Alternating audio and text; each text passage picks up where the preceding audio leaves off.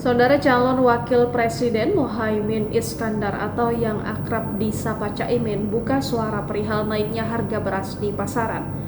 Menurut Caimin, kenaikan harga beras nyatanya tak sebanding dengan nasib para petani yang justru mengalami kerugian. Muhaimin Iskandar atau Caimin ikut mengomentari kenaikan harga kebutuhan pokok terutama beras. Menurutnya, jika harga beras naik maka petani ikut untung. Namun, kata Caimin, kenaikan harga beras tidak berbanding lurus dengan nasib petani yang masih saja merugi. Ia mengungkapkan jika banyak hal yang harus dibenahi.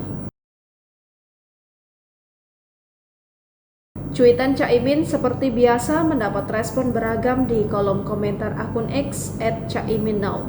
Tak sedikit yang berpendapat jika pemerintah harus membenahi. Pernyataan Caimin terkait harga beras yang melonjak tinggi sontak dibanjiri komentar dari warganet.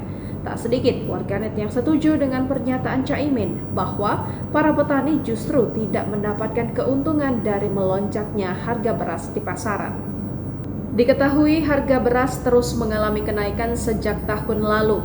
BPS mengungkap inflasi beras pada Februari 2024 mencapai 5,32% dengan andil inflasi 0,21%. Berdasarkan paparan BPS, harga gabah kering panen saat ini Rp7.216 per kilogram, sementara pada tingkat penggilingan Rp8.591 per kilogram. Kemudian harga beras di tingkat eceran sudah level Rp15.157 per kilogram dan grosir Rp14.398 per kilogram.